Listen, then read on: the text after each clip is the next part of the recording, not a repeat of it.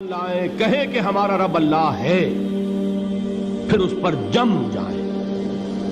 ان پر فرشتوں کا نزول ہوتا ہے، نہ کوئی غم کرو نہ خوف، خوشیاں مناؤ جنت کی جس کا تم سے وعدہ کیا گیا تھا۔ اللہ کی ربوبیت پر اطمینان جب انسان کو ہو جاتا ہے، میرا رب اللہ ہے، ربی اللہ، انسان کے لیے نہ کوئی کھٹکا، نہ کوئی خطرہ، نہ کوئی خوف، نہ کوئی حزن۔ جو کچھ ہو رہا ہے کس کے اذن سے ہو رہا ہے؟ اللہ کے اذن سے۔ اللہ کے اذن کے بغیر پتا تک نہیں ہلتا۔ یہ کوئی اندھا بہرا مادہ نہیں ہے جس سے مجھے کوئی خوف ہو۔ اندھا بھینسا چلا آ رہا ہو اس سے تو ڈرنے کا ہر انسان کو ڈرنا چاہیے، نہ معلوم کس کو ٹکر مار دے۔ لیکن نہیں، اس کائنات کو چلانے والا ایک سمیع و بصیر خدا ہے، وہ جو میرا دوست ہے، میرا ولی ہے۔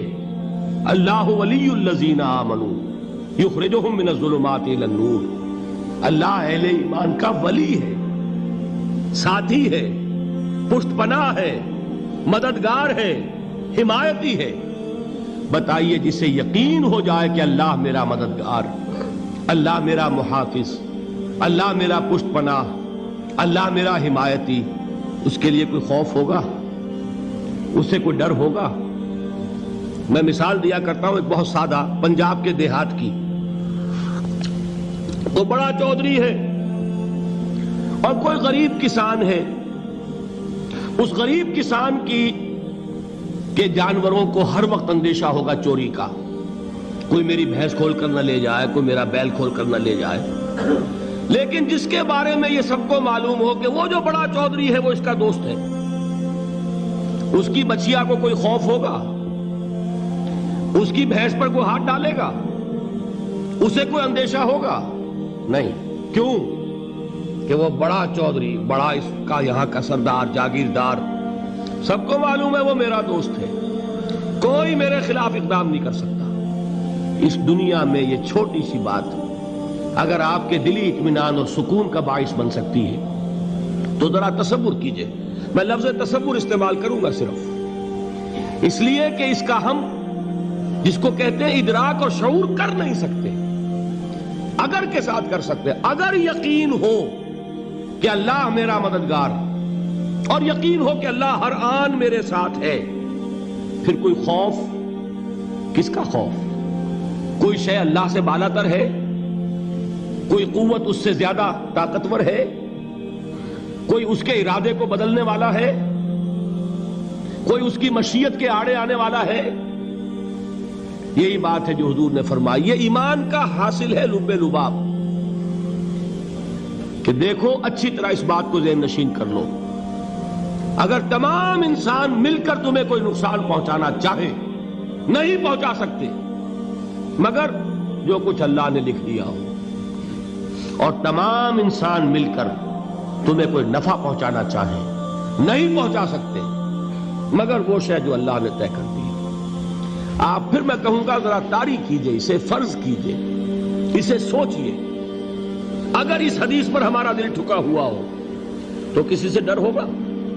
یہ مجھے نقصان نہ پہنچا دے، یہ میری رپورٹ خراب نہ کر دے، یہ میری انکریمنٹ نہ رکوا دے، یہ میرا یہ نہ بگاڑ دے، یہ میرے یہ نقصان نہ پہنچا دے۔ اس کا ڈر، اس کا ڈر، اس کا خوف، اس کی خوشامد، اس کے لیے جا کر طرح طرح سے اپنی عزت نفس کو ذلیل کروانا اس کے سامنے، یہ سب کچھ کیوں کرتا ہے انسان؟ جب سمجھتا ہے کہ اس کے ہاتھ میں میرا کوئی نفع ہے، اس کے ہاتھ میں میرے لیے کوئی ضرر ہے، یہ مجھے کوئی غضب پہنچا سکتا ہے، یہ مجھے کوئی نقصان پہنچا سکتا ہے، یہ میرا کوئی کام بنا سکتا ہے، یہ میری کوئی ضرورت پوری کر سکتا ہے، اسی کا نام شرک ہے۔ جہاں آپ نے یہ سمجھا کہ غیر اللہ کے اندر کوئی طاقت موجود ہے، وہی شرک ہے۔ بتوں سے تجھ کو امیدیں، خدا سے نومیدی، مجھے بتا تو صحیح اور کافری کیا ہے؟ شرک تو یہ ہے۔ جس پر بھی تمہیں یہ خیال ہے، کلمہ ہے یہ کلمہ سوم، لا حول ولا قوت الا باللہ، ذرا اس پر دل کو کبھی اگر آپ تصور کریں، پھر فرض کریں، دل ٹھک جائے اس پر، کوئی طاقت نہیں۔ یہی بات تھی جو شیخ عبد القادر جیلانی رحمۃ اللہ علیہ نے اپنی وصیت میں اپنے بچے سے کہی. 11ویں دن جب عیسائی کرتے ہو سب کے سامنے کیوں ہاتھ پھیلاتے ہو؟ ایک اللہ سے مانگو, ایک اللہ کے سامنے زمین پر اپنی جبین رکھو. لا فاعل فی الحقیقت ولا مؤثر الا اللہ. نظر آتا ہے ہمیں کہ پانی پیاس بجھا دیتا ہے, پیاس بجھانے کی صلاحیت پانی میں نہیں ہے, اللہ کے اذن سے. کھانا بھوک مٹا دیتا ہے, بھوک مٹانے کی صلاحیت کھانے میں نہیں ہے, اذن رب میں. دیکھیے یہی یقین تھا. حضرت موسیٰ علیہ السلام کا واقعہ یاد کیجئے. سامنے سمندر آ گیا ہے, قوم دیکھتی ہے پیچھے کہ گرد و غبار کا طوفان ہے. معلوم ہوا کہ فرعون اپنے لشکر سمیت آ گیا ہے. لشکر جب چلتا تھا تیز رفتاری کے ساتھ تو گرد و غبار کا جو طوفان اٹھتا تھا اس کا تصور کیجئے, اور لمحہ بلمحہ وہ قریب آ رہا ہے. پوری قوم نے کیا کہا؟ اے موسیٰ انا لمدرکون, اے موسیٰ ہم کو پکڑے گئے. قرآن مجید نے تو یہاں وہ باتیں نہیں لکھی ہے, لیکن تورات میں یہ درج ہے کہ بنی اسرائیل جھگڑنے لگے, دست و گریبان ہو گئے موسیٰ کے ساتھ. موسیٰ ہمیں یہاں مروایا لا کر, اس سے تو ہم ہی بہتر تھے. وہاں کھانے کو ملتا تھا, زندگی تو تھی, بیگار ہم کر رہے تھے, موت تو نہیں تھی. اب جو کچھ ہوگا اس کا تصور کرو, جس طریقے سے ہمارے ٹکڑے اڑائے جائیں گے. تو لڑ رہے ہیں حضرت موسیٰ علیہ السلام سے. یہ تورات کی تفصیل ہے. قرآن میں صرف اتنا آیا ہے, پریشان ہو کر انہوں نے کہا انا لمدرکون, موسیٰ ہم تو پکڑے گئے. اس وقت موسیٰ کا جواب کیا ہے؟ کلا ان معی ربی سیہدین. نہیں, میرے ساتھ میرا رب ہے, وہ راستہ دے گا. بتائیے کہاں راستہ نظر آ رہا ہے؟ یہ ہے ایمان بالغیب. راستہ نظر نہ آئے تب اللہ پر یقین ایمان ہے. جیب میں پیسے ہوں اور تب دل کو اطمینان ہے تو ایمان کس پر ہوا؟ پیسے پر, اللہ پر نہیں. جب وسائل و ذرائع نہ ہو اور پھر یقین ہو کہ اللہ مسبب الاسباب ہے, وہ اسباب کا پابند نہیں ہے, وہ اسباب کا محتاج نہیں ہے, اسباب اس کے محتاج ہے. اگر یہ یقین ہے تو اللہ پر ایمان ہے.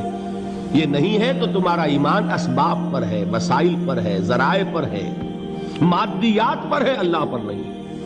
اس وقت کہاں راستہ تھا؟ کوئی راستہ تھا؟ سمندر ہے اور ادھر سے لشکر آ گیا ہے. کلا ان معی ربی سیہدین. اب دیکھیے ایمان کہہ دینا آسان ہے, ہوا معکم اینما کنتم, جہاں کہیں بھی تم ہوتے ہو اللہ تمہارے ساتھ ہوتا ہے.